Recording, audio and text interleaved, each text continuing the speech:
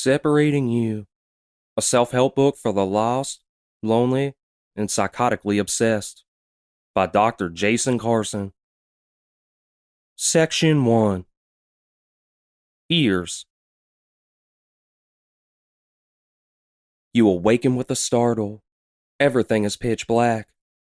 A few moments pass before you realize you've been blindfolded. You try to move your arms, only to discover they have been tied behind your back. You try to stand, but no go. Your legs have been bound as well. It feels like you are sitting on a chair, probably one of the hardbacks from the dining room. The left side of your head aches incessantly. Your mind is in a daze. For all intents and purposes, your external senses have been completely cut off. Except for your ears. You can still hear everything. From your right, the familiar creak of the living room floorboards. Footsteps approaching. Your internal senses are more than making up for the numbness of the external ones. The overwhelming rush of panic rips through your skin like a 379 Peterbilt on a desolate highway. My family, you think with a cold knowing. Where is my family? There is nothing you can do, a man's deep voice whispers into your ear. His hot breath steams against the nape of your neck, making all the little hairs stand up. You try to yell out, try to ask what he's going to do. Where, oh, where is your dear little family? All that comes out are muffled cries. You've been gagged. In one hand, he says, I have a .357 Magnum. In the other, I have a kitchen knife. You have two choices. Either I cut off your fingers, or I shoot you in the back of the head. Your will to continue living is what will make the final decision. You noticed something else just now. Yes, your wrists are tied behind you, but there is something else there. On your hands, something fuzzy and warm. It rubs against the tips of your fingers when you wiggle them. Gloves. Your abductor has put gloves on you. Just as you realize this, the floorboards creak again. Within moments, you can feel his hands on yours, pulling the gloves off. Even though the room is relatively warm, your naked digits feel as if they've been exposed inside a sub-zero meat locker. Now, your captor exclaims amiably, I want you to remember everything these fingers have touched. Very quickly, in your mind, recall every good memory you've had with them. Don't dwell on the details, just the feel, the ability to feel. But hurry up, you don't have much time. Your frantic mind begins scanning through trillions of memories, grasping onto only those vitally relevant. The gritty surface of an ice cream cone when you were 5, the warm embrace of your mother's hand as she helped you cross the street when you were 7, the smooth grip on yourself as you achieved orgasm for the first time, the feel of your first lover as you traced your fingers along every crevice of their body. Mundane, provocative, wholesome, sensual. It doesn't matter. Thousands of ghosts from sensory past, assaulting your nerve endings, making them come alive in a way you've never experienced before. He wants to cut your fingers off. Those wonderful conduits that connect the disconnect, that let you feel the world as the world feels you. How you love your little fingers, even the one pinky with that stupid brown freckle near the tip. Are you finished now? Okay. Your fingers have given you great joy in life. Am I correct? You nod. You can't speak, so you nod. Does he plan on taking your tongue too? Oh, the memories with that appendage. Rocky Road ice cream, little juicy chunks of T-bone steak, the sweet taste of Wrigley's spearmint gum as you strolled down the sidewalk to your first job interview so many years ago. My teeth? Is he gonna rip out my teeth? Yes. These little babies have brought you a great deal of pleasure in life, I imagine. He caresses your fingertips with his own. Despite the circumstances, it feels good. Now, I'm gonna make you touch something not so pleasurable. This will be how you make your decision. Do you continue living on without ever being able to touch again? Or do you die, preserving the good memories? You try to scream. A shiver runs down your spine as he presses the cold barrel of the 357 into the back of your neck. I'm gonna put something in your hand. You will be forced to touch it until either you shake your head yes, which means I cut your fingers off, or shake your head no, which means I pull the trigger. Ready? Your tears have pulled against the surface of the blindfold. The fabric feels heavy against your eyelids. What could be so bad, so horrible that you would want someone to sever your fingers from your body? It can't be that bad. Why? It could be anything. Anything at all. That's when he places it in your palm. Burning bile rises to your throat as he clenches his hand behind yours, forcing your fingers to press down. The texture, the feel, skin wrapped around something hard. It isn't hard like bone, but slightly malleable, with ridges around the top and a small hole in the center. A flap of looser skin hangs freely from the bottom. Your mind scans for the word, seeing it at the very last second before everything goes dark. Cartilage. Like bone cartilage. You're holding an ear. Picture the person you love the most. This is their ear. I have left the other one intact, for now. They may be dead. They may not be. For every time you choose to keep your fingers, I cut another part from their body and make you touch it. So what will it be? Lose your fingers and possibly spare your loved one from further pain? Or die? You have completely lost your mind. The memories of touch overwhelm you now. The images combine and fade over top one another, creating a collage of twisted shapes with pointed edges more massive than the universe itself. Memories that never happened assault your senses. Mom squeezing your hand suddenly becomes a jagged hunting knife slowly slicing through your knuckles. The skin on your lover's stomach becomes corrosive acid, eating your flesh down to the bone. Suddenly your fingers have become the devil, the brain that interprets everything they have touched the devil's Play-Doh. Both are insufferably wicked. Both are excruciatingly unbearable. There is a way to solve it all, though. To make the pointy edges go away forever. To nod your head means he cuts your fingers off. To shake it means he shoots you. Either way, you lose a part of yourself, your brain or your fingers, to feel or to remember feeling. It's all up to you at this point. Your time to shine and finally make a meaningful decision in your life. What do you choose? Feeling as if you've already died, you make your decision. You shake your head. I'm sorry. I wish you could learn to love yourself more. He pulls the trigger. Bye-bye, brain. All ears. Love is the most powerful feeling in the world. To love is to give a piece of yourself to another human being. How fulfilling it is when we get a piece of them back. To have that little section we have cut out of ourselves replaced by the fruits of another self-sacrifice. It truly is the most uplifting, magical feeling in the world. When we find a purpose beyond ourselves, another human being to be responsible for and accountable to. The old cliche of butterflies in the stomach comes to mind, and there is no description more apropos. In the scenario above, you were led to believe the killer had placed the ear of your dearest loved one in your hand. With a few simple words, he made you believe he could sully your sense of touch forever. And so he did. Or so it seems. While we were focusing on the aspect of touch, we forgot another very important variable, something that was available to us the entire time. If one is to deprive another of their senses, that means it should be all of them. If the killer wanted you to go only by touch, why did he leave you with the ability to hear? It's simple. He wanted to manipulate you, test your will to survive. And boy, did you fail in the worst way imaginable. Imagine the scenario in a different way. You wake up in the same exact state, blindfolded, tied down to a chair, gloves on your hands. Only, this time your hearing has also been obstructed.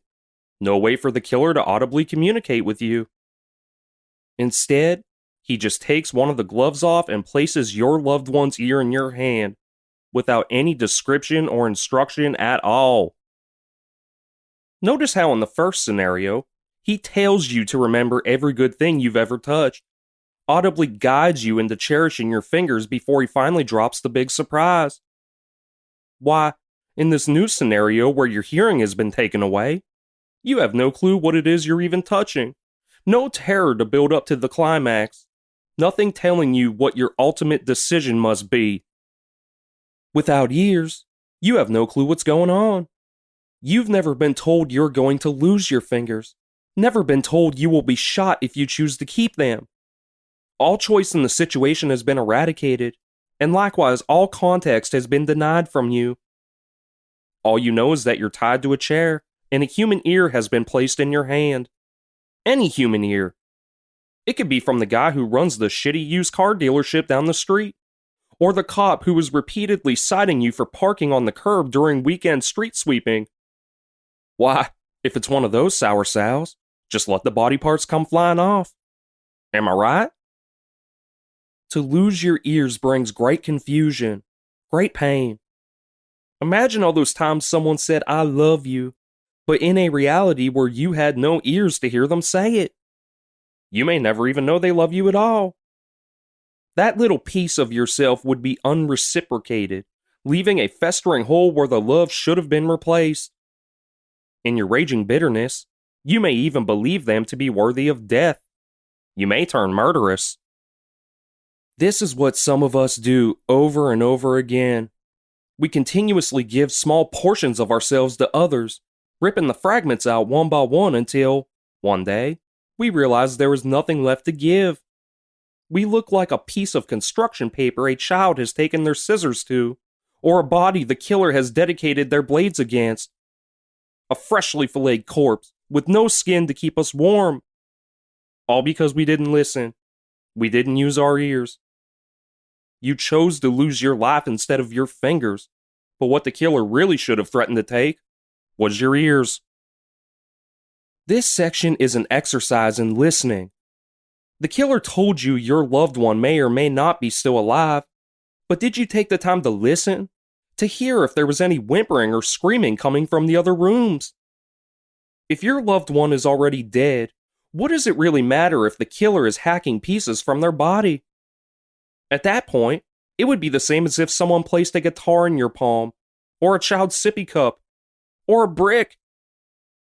The person is no longer a person. They are an object, connected together by hundreds of other objects. Inanimate matter, taking up space, pulling you down with the weight of their excesses. There are laws against defiling a corpse, which is rather silly when you apply logic to the situation. If I want to break into your casket and take one of your arms home as a souvenir, what business is it of anyone else's? Likewise, if I have already slit the throat of your dearest family member, if I am sawing off their ears, or tongue, or nostrils, if I am placing these things in your hand to torture you with, what is really the big deal about it? Emotional reaction, nothing more. They are already dead. Do the logical thing now and save yourself. Altruism just for altruism's sake is foolish and an extreme misuse of resources. Touching a severed ear is making you go insane? Deal with it. Your life is more than sanity. Your self-worth more important than chunks of a cadaver that will eventually become sustenance for the maggots anyway. Let's try another exercise to show what happens in the same situation, but from a different perspective. From someone who actually loves themselves.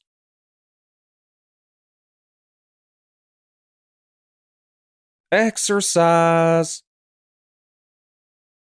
It's 11 p.m. You have been walking past the same house all evening, waiting for the target to finally go to sleep.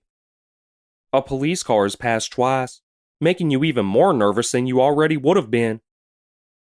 No matter. You have a goal, and that goal will be accomplished because you are ambitious, always sticking to your objectives, no matter what. Finally, all the lights in the house go out. You feel the weight of the gun trying to push your pants down. It's secured snugly between your belt and navel. The old knife is in one pocket, the bottle of chloroform in the other. You thought about bringing your own bandana to gag them with, but it's much more satisfying to use the target's own item instead. Underwear, or socks, or even a scarf. As long as it's something they've recently worn. Something with sweat on it. Ready to move, you quietly go around the side of the house to the back porch. The back door is unlocked. Of course it's unlocked, just like it's been unlocked every other night for the past 3 weeks. This is a sign of a person who does not love themselves, not strong and secure like you are. Easily, you slip inside the house, tiptoeing your way through the kitchen. On the counter near the sink, you notice a stick of butter in a glass dish. It's melting, attracting flies. Disgusting. You smell things. Dog fur, stagnant Fritos, something sweet yet slightly burnt, like pizza crust. These fragrances trickle down to your mouth, making your taste buds come awake. Your stomach wallops against your guts. When's the last time you've eaten? No matter. You will be able to feast soon enough. You see the microwave beside you, an obstacle you barely missed crashing your leg into just a few seconds ago. The rough surface of the walls brush against your fingers as you emerge from the kitchen into the dining room. You see the large silhouette of the table sitting in the center of the room, looking like a dark whale in an ocean of murky ink. All senses are alert, all feelings hyper-aware. And yet sound is your greatest ally in this situation. Smell does you no good. Likewise, sight won't be much help either, nor will touch or taste. Sound is your friend, yes. Sound will be the only thing that tells you yes or no, go up the stairs or don't, to cut the cunt or run. You have no control, except for your ears. You're in the living room now. Do you see an entertainment stand? A 36-inch TV sitting mightily in the center? You've always wanted an entertainment stand with a 36-inch TV in the center. On the floor in front of the couch are 2 items, a Tickle Me Elmo doll and a dog toy. Odd. In all your trolling of the Target, you never noticed a child. Maybe it's something for the nieces and nephews to play with when they come to visit? Never mind. Just listen. What you see isn't always what you get. You begin ascending the stairs. How agonizingly loud they are. Every slight movement is like a million Hiroshima bombs detonating. Every crack of a wood plank the splitting of a great sequoia as it's being struck by lightning. They must hear you. Have to know you're coming for them. A bottle of chloroform in one hand, your trusty pocket knife in the other. Run! Run now before you get caught! You stop at the top of the stairs, holding your breath, becoming one with every auditory sensation in the domicile. To your left, you hear something like tin. Something wet. The bathtub or the sink faucet has a slight leak. Further down the hall, you hear something else. Something muffled. After a few moments of listening, the noise becomes gut-wrenchingly clear. Children singing. What are the children singing? Really? It doesn't matter, because you have received all the pertinent information you need. There is indeed a child in the house, and it is awake, watching a television show. It's as if the universe is intentionally thwarting your efforts, as if the offspring is guarding its moronic parent instead of the other way around. Isn't it funny how much children love themselves? Even though they are absolutely defenseless, little ones have a tendency to know whenever there is the slightest abnormality around them, to ruin things at just the perfect time. It just won't do. Not for you. Not tonight. Survey time. We have hit a critical crossroad in our mission. You are feet away from the target's bedroom, but you hear a children's TV show blaring from just a few rooms down. You haven't heard any movement since entering the house. It's possible the child has simply fallen asleep and left the TV on, but you can't know for certain. Do you continue, or do you flee? Flee. Continue on. Before we get to the correct answer, let's look at the difference between the two scenarios, between being a victim versus being a hero. As a victim, we are helpless, stupid, and non-listening. We are completely dependent on the hero's mercy, having no control over our own fates. Victimhood is weakness. Victimhood is stupidity. Now, let's put ourselves in the shoes of the hero. Whether we choose to flee or not, we are still in total control of the situation. If we choose to go into the target's bedroom and render them unconscious, we still have plenty of time and options to employ if the child becomes a problem. If we flee, however, we are only doing so because of the need for self-preservation, which is not only intelligent, but noble. The correct answer is we flee, but only for the night. There are factors involved that have not been taken into consideration. The child. Where did the child come from? We've been watching the target for almost a month, following them everywhere they go, carefully detailing their nightly rituals. Partial custody? Is our target divorced? Will the child still be here tomorrow? We knew about the dog, how the target lets it out every night at 10 p.m. before taking it upstairs to bed. A deplorable little dachshund named DJ, stupid enough to come to you as long as you point a piece of beef jerky at it and whistle through the fence. We have thought about this issue already, and besides the dog possibly being an early alarm system for the target, there is no threat there. We also just found out it will stay asleep while an intruder walks up the stairs. Valuable information to be used for the next time. Tonight was a wash, but don't feel disappointed. You have loved yourself enough to properly assess the risks and proceed with caution. You have demonstrated admirable focus and determination for your cause, continuing to move forward even when adversity stands in your way. You are indeed a hero. Hero versus victim. A hero, in my mind, is someone who will go above and beyond to obtain what they want. Bill Gates, for instance, he would be considered a great American hero. Oprah Winfrey, Steve Jobs, Warren Buffett, Sam Walton, all successful entrepreneurs who didn't sit around whining all day about how the system is rigged against them for failure. No. They took the idea of capitalism and ran with it, utterly demolishing potential obstacles in the process. These are not the only heroes of the world, though. How quick we are to remember the creators of the Microsofts, the Walmarts, the iPhones, and likewise how quick we are to forget the Charles Mansons, the Jim Joneses, the Warren Jeffs. 70 wives. Can you imagine that? Warren Jeffs had 70 wives. And while he was going around doing that, living his most fulfilling life possible, do you think he cared about consequences? About what might happen if things went wrong? Certainly not.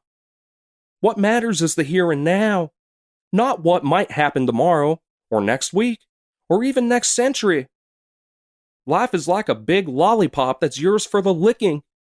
Sure, sustenance will run out eventually, so we need to savor what we've been given until it does.